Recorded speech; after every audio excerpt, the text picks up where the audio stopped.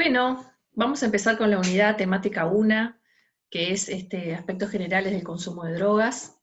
Entonces, primero les quiero compartir el blog, donde están los materiales. Hay un video explicativo del acceso por las dudas, está en la bienvenida. Y acá tenemos la unidad 1. La unidad 1 tiene 2 videos, este video y otro más. Tiene una evaluación. Acá está lo que vamos a mostrar en este video escrito, por si quieren hacer como alguna consulta, ¿tá? Y no mirar todo el video de vuelta. Estos son los ejercicios que vamos a hacer en el encuentro Zoom del primer encuentro. Y acá está la encuesta en la que nos basamos para algunos de los materiales de esta unidad. Por si la quieren ver, eso es una sugerencia, ¿tá? Bueno, entonces vamos a empezar con esta unidad, que es aspectos generales del consumo de drogas del curso Movilizadores de Prevención del Consumo de Drogas. Bueno, lo principal a tener en cuenta cuando vamos a ver la temática de drogas es entender que es una temática compleja, es decir, que intervienen muchas variables, o sea, hay muchas cosas que pueden pasar, muchas variaciones dentro de las distintas áreas que afectan la posibilidad de que una persona elija o no consumir, o la forma en que va a consumir también, porque no todas las sustancias, ahora vamos a ver, no todas las sustancias hay que evitarlas, porque hay algunas sustancias psicoactivas que incluso son remedios, que podemos ir viendo. Pero bueno, la forma como lo hace. Entonces, este es el modelo explicativo integral, que fue un desarrollo del Instituto Interamericano del Niño, que es un organismo de la OEA que tiene sede acá en Uruguay, que desarrolló muchos elementos de la temática de prevención de drogas, y inclusive tiene en su biblioteca mucho material de este tema. Se los recomiendo, si algún día pueden participar. Hoy en día está todo en digital allí. Entonces, nosotros vamos a empezar a desgranar este dibujo. Tenemos este triángulo acá en el medio, que es lo que más destaca. Esto fue una epidemióloga ya por los años 80, que ella lo que decía era que para que haya o no haya un problema con las drogas, hay 3 elementos básicos, que son las propias sustancias, la persona que va o no va a consumir, y el medio ambiente cercano a esa persona. Entonces, según cómo se da esta interacción entre la persona, el medio cercano, que puede ser su familia, su barrio, sus amigos, su lugar de trabajo, estudio, ¿verdad? Su comunidad, y las sustancias, las características de la sustancia, cómo se da este interjuego, es que se va a producir o no un problema.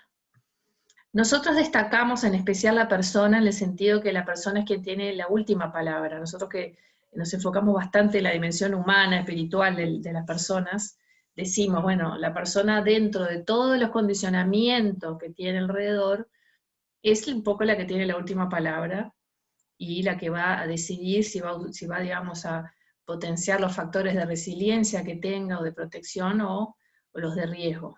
O por lo menos eso es lo que intentamos fortalecer en prevención, que la persona sea más libre y más responsable de sus acciones. Pero bueno, no tenemos que desconocer que hay factores, ¿no? Que no es lo mismo tener un medio ambiente que te está ofreciendo, que todos tus amigos consumen, ¿no? A aquello que se no haya, no es lo mismo las distintas sustancias. Hay sustancias que tienen de por sí mismas un potencial adictivo mayor, o que provocan más riesgos, o que es más fácil quedar enganchado, etc.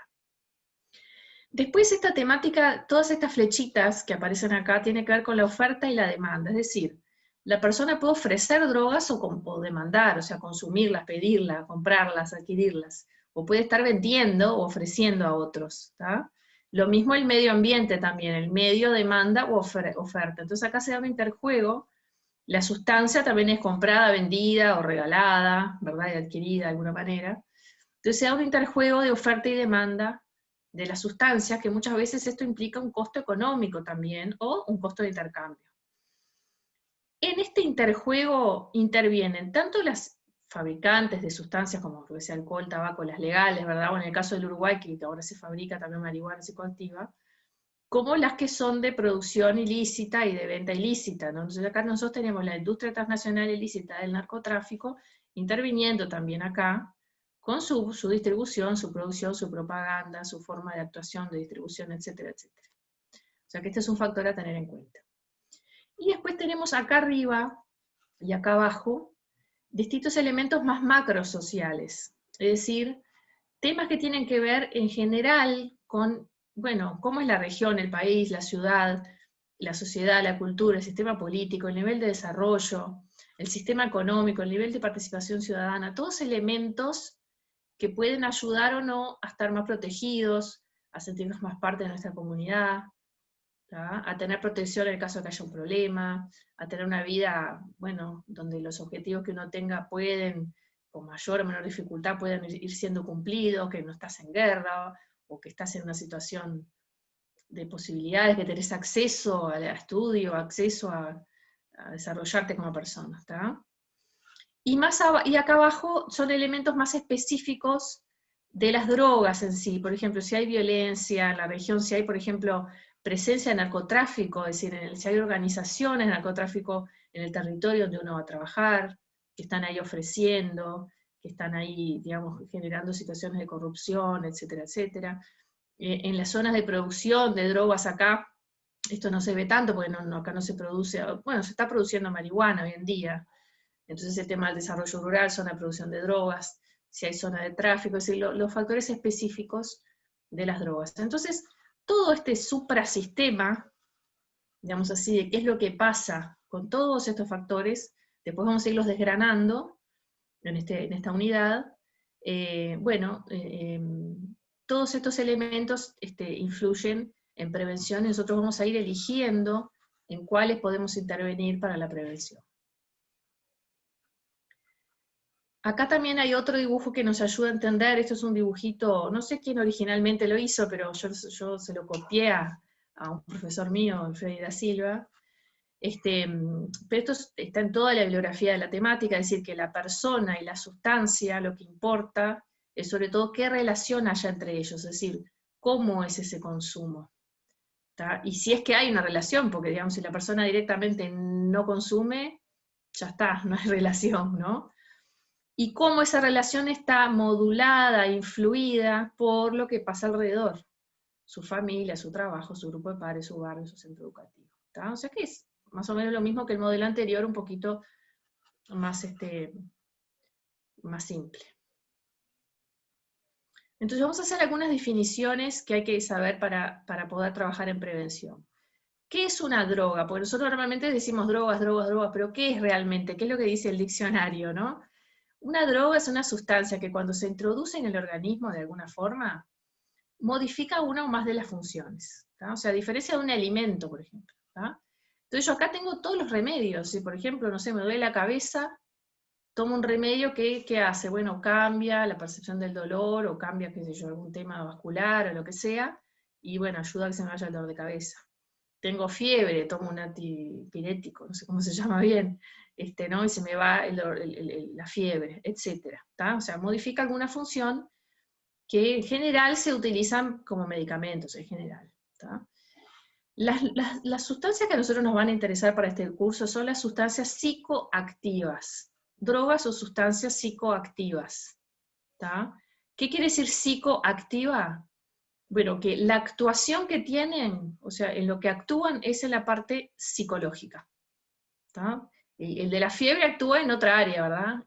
Lo que nosotros vamos a estudiar en este curso son los que actúan en el área psicológica. ¿Y qué es el área psicológica? Bueno, son sustancias cuyos efectos predominantes son el nivel del sistema nervioso central, o sea, básicamente el cerebro, y cómo eso después se conecta con todo el resto del cuerpo. ¿Y qué es lo que produce? Cambios de ánimo, cambios de conciencia, y esto va a llevar a cambios en el comportamiento. Y bueno, vieron que decíamos que la sustancia tiene que entrar al organismo. ¿Y cómo entra al organismo? Bueno, puede ser que la tomo, una pastilla, un líquido, ¿tá? Puede ser que lo inhalo o lo fumo.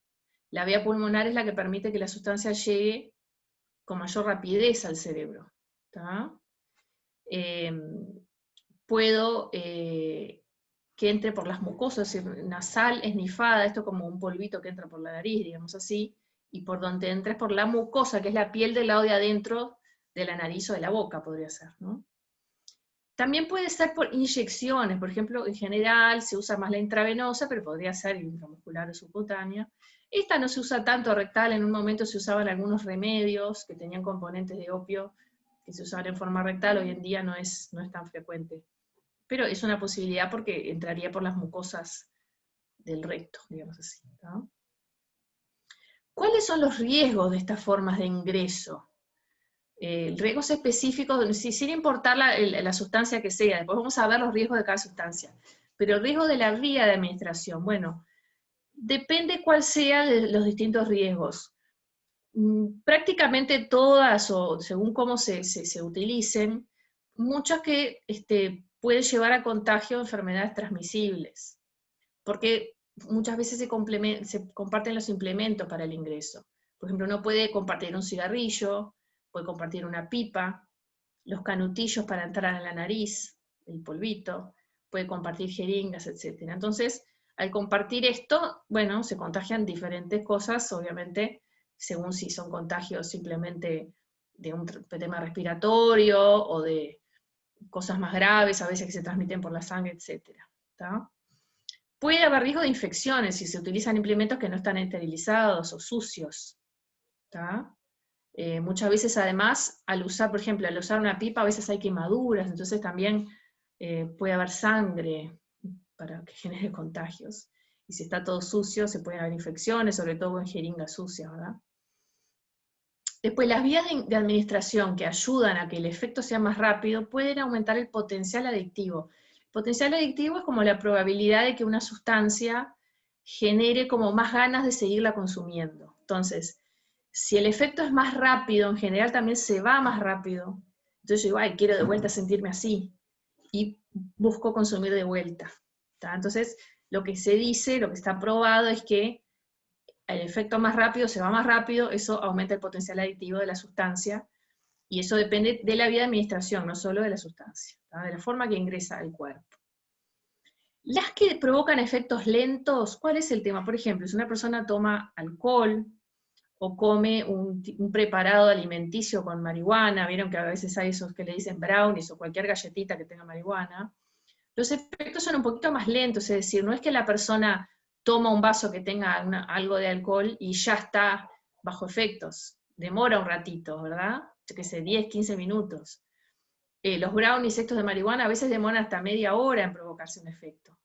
Entonces, esto lo que puede pasar es que si la persona no tiene conocimiento, no sabe, digamos, la forma de consumir, digamos, con un riesgo un poquito menor, no espera el punto máximo de los efectos antes de consumir nuevamente. Sería una persona que toma un vaso que tenga algún preparado, que tenga algo de alcohol, y dice, ay, qué rico, bueno, me tomo otro, tengo sed, y se tomó de repente 4 vasos, que eran como 4 o 5 medidas de alcohol, y eso le genera después un malestar terrible o un riesgo, ¿verdad? Importante.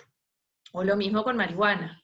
De repente comen brownie, ay, qué rico que está, me como otro, ni siquiera sabe qué cantidad de marihuana había en ese brownie, y después se siente mal, resulta que tiene taquicardia, se siente, no sé, una sensación rarísima, etcétera, etcétera.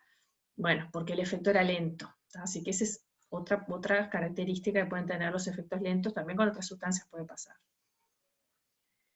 Bueno, seguimos avanzando. Vamos a hablar de diferentes tipos de consumo. Esto es muy importante. No hay una sola forma de consumo. ¿Tá? Una forma es el uso. Es decir, hay personas que usan alguna sustancia en una cantidad mínima, con cosas que son de calidad certificada, digamos así, con una frecuencia baja, tienen una edad, una condición física, psíquica o social, bueno, que no presenta graves problemas, ¿tá? Y entonces no se evidencian consecuencias perjudiciales para la persona y su entorno. ¿Tá? Sería, por ejemplo, la persona que un día toma, que no tenga ninguna enfermedad, no esté una mujer embarazada, justo no va a manejar, justo no va a estar trabajando ni estudiando, está descansando en su casa y toma una medida única, que ahora podemos saber el tema de las medidas de, por ejemplo, algo de alcohol. ¿Tá? O que un día en una celebración, nunca fuma en toda su vida, pero un día en una celebración le dan 3 pitadas de un puro, de esos que hay de habanos, por decir un ejemplo. ¿Tá? Entonces, bueno, es algo que no, la verdad, no trae consecuencias perjudiciales. Si bien siempre hay un riesgo en cualquier consumo, siempre hay un riesgo, hay algún tipo de uso que es mínimo ese riesgo, en algunas personas y en algunas situaciones. ¿Está? Y después tenemos todo el gran grupo de los usos problemáticos, ¿está? Que es cuando una sustancia provoca algún daño o alguna situación de mucho riesgo, también podríamos poner, en la persona que la consume o a veces a los demás, no necesariamente a la propia persona. En 4 áreas principales. El organismo físico, que puede llevar, bueno, todo lo que son malestares, daños, arrepentimiento, bajón, todos malestares más psíquicos, ¿verdad? O espirituales, el que le afecte sus valores, su proyecto de vida, o que se sienta mal físicamente, etc. Después que afecten algo las relaciones, familia, amigos, pareja, las relaciones más cercanas, ¿no? Tiene conflictos, la pareja no le gusta que consuma, la familia dice, no, pero estás todo el día pensando en otra cosa porque estás fumando marihuana todas las tardes, yo qué sé, ¿está? O que los amigos no quieren salir con él porque cada vez que salen se emborracha y hace cualquier desastre y es un asco porque vomita, no sé. Entonces genera problemas con los amigos. O puede ser las relaciones más secundarias, ¿no? Le está yendo mal el estudio, en el trabajo le hicieron una inspección y resulta que salió positivo de alguna sustancia, o por estar tomado o bajo efecto de cualquier sustancia tuvo un problema de convivencia, se peleó, discutió, ¿está? O si no, bueno, problemas con la relación con la ley, yo qué sé, peleas, rotura de cosas, yo qué sé, manejar bajo efectos de alguna sustancia y que eso genere un problema, etcétera, etcétera. ¿Tá? Entonces, bueno, hay usos que terminan siendo problemáticos, ¿no? Y la idea es que, bueno, tener claro ese tipo de usos, ¿no? Entonces, bueno, nosotros acá tenemos diferentes formas de clasificar. Una forma es clasificar un abuso, o sea, una persona que hace abuso de una sustancia, es una forma de uso problemático, o sea, afecta áreas de la vida, aunque sea en forma puntual, no siempre tiene por qué ser todos los días, ni siempre. Y las consecuencias del abuso se pueden dar o porque es una cantidad elevada o porque el consumo es frecuente. Pongámosle que de repente es una borrachera de vez en cuando, o porque consume frecuentemente, ¿no? Entonces fuma marihuana muy seguido, casi todos los días, aunque sea poca cantidad, digamos así, ¿está? O porque la persona tiene alguna condición física, psíquica o social desfavorable, es decir, yo que sé, una mujer o un hombre que tiene que estar a cargo de una persona mayor o de un niño, o porque está embarazada la mujer, o porque el señor tiene hipertensión, no sé, o porque es un adolescente y no puede estar consumiendo sustancias que le afectan el desarrollo de su cerebro, etcétera, etcétera, bueno, podríamos llamar que eso es un abuso. ¿Tá? Y el patrón de abuso es algo que nosotros tenemos que ir dándonos cuenta cuando conocemos a alguien, no siempre en un taller de prevención esto lo vamos a saber, pero sí poder ayudar a que la persona se dé cuenta, o si vamos a tener un diálogo más personalizado, es importante saber el patrón, o sea, si es una sola vez cada tanto, si es diario, si es un patrón de fin de semana, o de algunas ocasiones, bueno, tal día que hay fiesta, o tal día que me junto con fulanito, ¿tá? Y después tenemos la dependencia. La dependencia es lo que es la adicción, es lo que la gente dice está adicto, ¿no? No siempre igual es fácil de darnos cuenta que estamos dependientes, ¿eh? La persona se ha formado ya un hábito, de tal forma que depende psíquica y físicamente de ese consumo. ¿Tá? Y el centro de su vida va pasando a ser esa sustancia, y se ven afectadas muchas áreas de su existencia. Esa es la dependencia.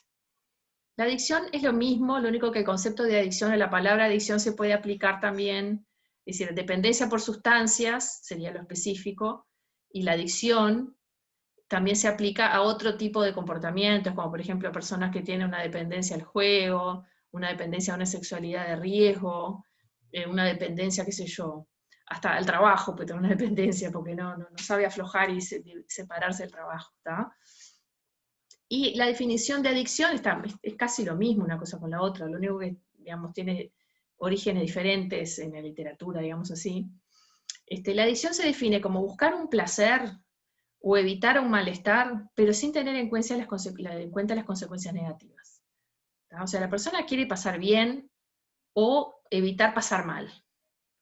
Y no se da cuenta o no tiene en cuenta en ese momento que eso le puede traer consecuencias negativas. ¿Tá? Entonces va llevando un estilo de vida también donde la sustancia pasa a ser el centro. ¿Tá? Y como decíamos, puede ser de otros objetos o actividades. ¿Bien? Acá muestra este dibujito desde el Instituto Interamericano del Niño, del Manual de Prevención Participativa del Instituto, que acá ellos hacen, este es el personaje que atraviesa todo el libro, está muy lindo como están los dibujitos. ¿No? Acá es una persona probando, ¿ven? Experimentando. Y capaz queda ahí, capaz probó y no siguió. ¿Tá? Esta es una persona que en algunas ocasiones consume. Capaz que consume mucho, capaz que consume poco, pero consume ocasionalmente. Esta persona tiene un hábito, ¿tá? Por ejemplo, en la comida siempre toma alcohol, o todos los días fuma, aunque sea poco, si un día no fuma no pasa nada, o los fines de semana fuma unas pitadas de marihuana, si hay una rueda de marihuana entre sus amigos, ¿tá? Tiene como esa costumbre, ya es un hábito. Hay hábitos muy nocivos, hay hábitos no tanto, según, ¿no? Según la frecuencia, la cantidad y las características de la persona y su entorno, ¿verdad? Y esta es una persona que ya está con dependencia, con adicción, no puede vivir sin drogas, ¿no? A veces está con dependencia y se siente así tan mal, y a veces no, sobre todo en los momentos iniciales, no se da tanto cuenta que está mal, a veces se dan cuenta primero los del entorno. La persona todavía está bien, como que le parece divertido o positivo el consumo, después va llegando a estos estados, ¿no? Lo ideal es prevenir que no llegue tan feo para poder cambiar, ¿no? Entonces acá tenemos una pirámide, ¿ven? Nosotros tenemos mucha gente que prueba, de los que prueban, algunos ya no consumen más, dejan. Otros mantienen un consumo ocasional de vez en cuando, otros habitual, y otros ya tienen dependencia. Ahora, si yo les pregunto, ¿cuál tiene riesgo acá? Evidentemente que es evidente que cuanto más arriba, más riesgo, ¿verdad? Pero los riesgos pueden estar en cualquiera según la ocasión, es decir, si el día que la persona va a probar no tiene experiencia, no tiene información, es un chiquilín de 16 años que va a una fiesta, y no le dijeron, mirá, si vos vas a tomar alcohol tenés que tomar una sola medida, esperar como una hora, que se te vaya el efecto, recién tomar otra, si es que vas a tomar dos, ¿no? Y no tomarte 3 tragos de golpe, sin haber comido nada y sin haber tomado agua. Entonces va a tomar 3, 4 tragos de golpe y se va a sentir muy mal, ¿verdad? Va a tener que estar los amigos cuidándolo, llamando a los padres o lo que sea, ¿tá? O cosas peores, según la cantidad, ¿no? Entonces, o por ejemplo, una persona fumó marihuana la primera vez, no sabía que no se puede manejar sin fumar marihuana, sale en bici, resulta que calculó mal las distancias, después vamos a ver en el próximo video los efectos de la marihuana, prácate, un accidente, ¿tá?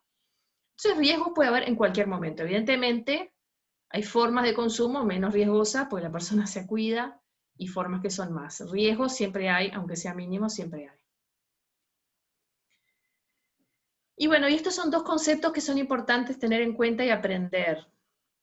¿Qué es lo que pasa cuando una persona, estos son cosas que ocurren cuando una persona queda dependiente? ¿Qué es lo que pasa? Si nosotros consumimos seguido una sustancia, las sustancias psicoactivas actúan en el sistema nervioso central, ¿no? En cómo se transmite de neurona a neurona, y un neurotransmisor, que son como unas moléculas, como un liquidito, que conecta una neurona con otra para que después sigan los circuitos eléctricos conectando distintas partes del cerebro. Entonces, ¿qué es lo que hace nuestro cerebro? Cuando hay una sustancia psicoactiva, lo que hace es operar ahí en esos neurotransmisores. Por ejemplo, no deja que se guarden, hace que actúen por demás, o sustituyen un neurotransmisor nuestro, etcétera, etcétera. Hay diferentes formas. Entonces, nuestro cerebro, el organismo, nuestro cerebro, después de un uso continuo y repetido, ¿tá? ¿Qué es lo que pasa? Se empieza a tolerar, empieza a hacer neuroadaptaciones, ¿tá? Entonces, si la persona quiere tener el mismo efecto, tiene que aumentar la dosis. ¿Por qué? Porque el cerebro se adaptó, ¿tá? Las neuronas cambiaron, se modificaron para que se genere menos efecto. Es una forma como de defensa, por así decirlo, del cerebro, ¿no? Entonces, ¿qué pasa? Esto yo creo que tenemos más experiencia con el alcohol, me parece, como sociedad, pero pasa con todas las sustancias, ¿no? Hay personas que consumen seguido, ¿verdad? Que toman 2 o 3 tragos y vos los ves y decís, ¿cómo no está mareado o algo? No se le nota nada. ¿Por qué? Bueno, porque tiene una neuroadaptación, ¿tá? Ahora, ¿qué pasa? Esa neuroadaptación después en el día a día se le mantiene, o sea, eso lleva unos meses que se produzca y lleva unos meses que se salga, ¿no? Entonces, si una persona dice, yo tomo solo el fin de semana, pero el fin de semana toma 2 litros de alcohol, o medio litro de alcohol el fin de semana, que es mucho, el resto de la semana su cerebro está neuroadaptado. En el caso del alcohol, ¿qué es lo que le provoca? Bueno, el resto de la semana va a estar un poquito más impulsivo, un poquito más irritable, un poquito más ansioso, ¿tá? No va a pensar que es por eso, no se va a dar cuenta que es porque tiene tolerancia al alcohol. Ahí las distintas sustancias tienen diferentes tipos de tolerancia. Entonces, ¿qué es lo que pasa?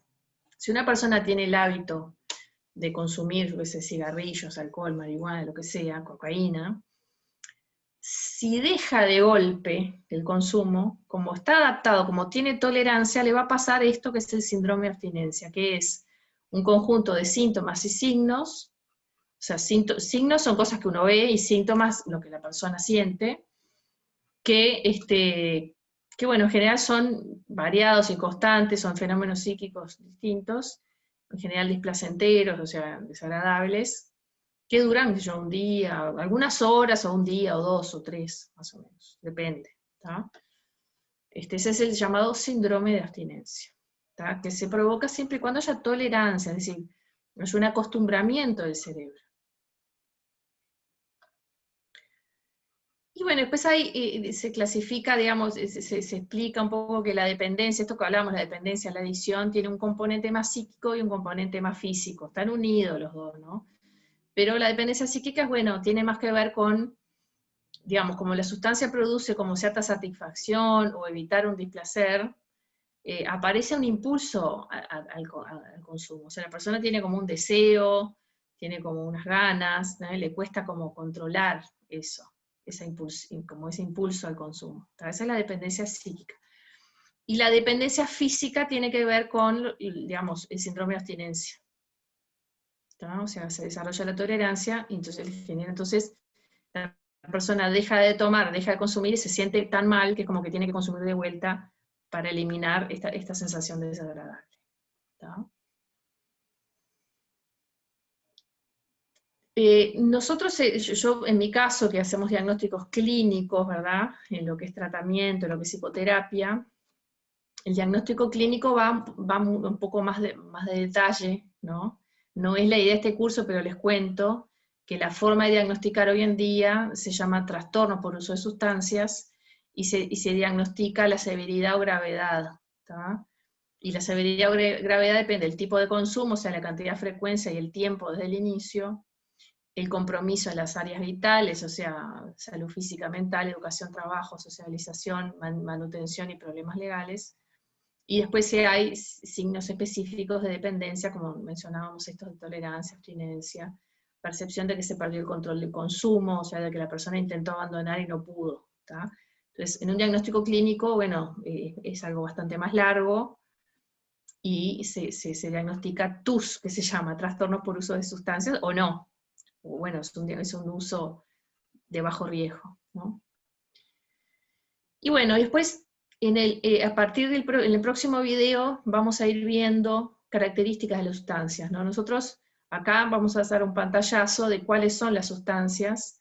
Nosotros, las sustancias se pueden clasificar de muchas maneras, si son legales, ilegales, no sé, el tipo de sustancia, el origen, si son de plantas o si son de fabricarse en un laboratorio, hay muchas formas de clasificación. El que más nos interesa en prevención es clasificar según cuál es el efecto predominante en el sistema nervioso central. O sea, qué te provoca, qué cambios psíquicos provoca, ¿verdad? Entonces tenemos 3 grupos. Tenemos las sustancias depresoras, ¿tá? Que son sustancias que generan un enlentecimiento de la actividad general, una relajación, disminución de la atención y concentración. Depresor no es que cause depresión, tristeza, sino depresora porque deprime, o sea, el cerebro empieza, en general, desde afuera hacia adentro, porque adentro están las áreas más vitales, como perdiendo actividad, como estando más quieto, digamos así. ¿Tá? En situaciones de adicción, de dependencia, son las que producen mayores cuadros ligados a la abstinencia, son las más peligrosas, ¿tá? En el síndrome de abstinencia y en la sobredosis también. Por eso muchas veces se usan métodos con antagonistas y agonistas.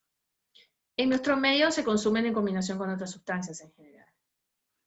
Entonces, ¿cuáles son las depresoras? Bueno, alcohol etílico, hipnóticos y sedantes, como por ejemplo benzodiazepinas, barbitúricos, ¿no? Que son medicamentos también, pero se pueden usar como forma de abuso. Solventes volátiles, tipo pegamentos, cosas así, naftas, cosas de ese tipo. Después todos los derivados del opio, que en nuestro medio lo que hay, digamos, son medicamentos derivados de opio, que son en general anestésicos. ¿Tá? Después la ketamina, que es un anestésico para uso veterinario, que también produce, es depresor, pero también produce efectos de alteración de las percepciones. Estas son las más comunes en nuestro medio, de las depresoras. Después tenemos las estimulantes. Las estimulantes, la más fuerte, digamos así, que está en nuestro medio es la cocaína, que puede ser clorhidrato, pasta base o crack. Después están las anfetaminas, la nicotina, que viene a ser la del tabaco, las antinas, que son todo el café, el té, todas esas naturales, más suaves. Más suaves es algo que se concentra, ¿verdad? Pero tomadas así en forma de té o café son más suaves.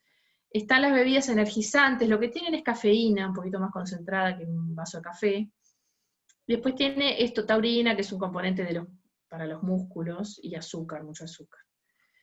Y después están las metanfetaminas, que son los derivados de las anfetaminas, que también tienen efectos alteradores, además de estimulantes. ¿Qué provocan las estimulantes? Bueno, euforia, sensación de bienestar, disminuye la fatiga, el hambre, el sueño, o sea, te activan, ¿tá? Que luego del efecto inicial se revierte. En las más fuertes, en las más potentes, la persona se siente como poderosa, rápida, omnipotente, ¿tá? Como que puede todo. Eso es en las más fuertes, tipo las cocaínas, ¿no? Y después tenemos el otro gran grupo, que son las que alteran la percepción. Algunas son alucinógenas, otras alteran la percepción según el grado de potencia que tengan. ¿Tá? Tenemos ahí la marihuana, es la alteradora de la percepción. Hay algunas variedades más estimulantes y otras un poco más como sedantes, según. Estas son alucinógenas propiamente, algunos tipos de hongos, flores, como por ejemplo el floripón. Está el ácido lisérgico, el LSD, y otros tipos de alucinógenos, digamos, hechos en laboratorio también. El éxtasis también es un poquito estimulante, la que también es un poquito depresor, además de ser alterador. Después hay marihuanas sintéticas, hay nitritos, poppers, son todas sustancias que alteran la percepción, y según cuál, algunos también son sedantes o estimulantes, según. ¿Tá? Entonces, bueno, estas lo que provocan es esto, alterar la percepción sensorial, o sea, los sentidos, como uno ve, escucha, siente, ¿tá? Cambia el estado de conciencia, de estar más presente o más como distraído, como en otro ambiente, fuera de ambiente, por ejemplo. Altera el humor, o sea, si estoy más contento, más tristón, o más,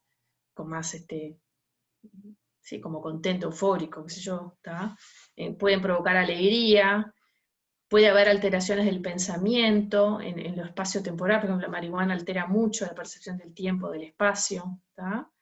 Y bueno, hay algunas que directamente generan alucinaciones, o sea, la que la persona ve cosas que no existen en realidad, ¿no?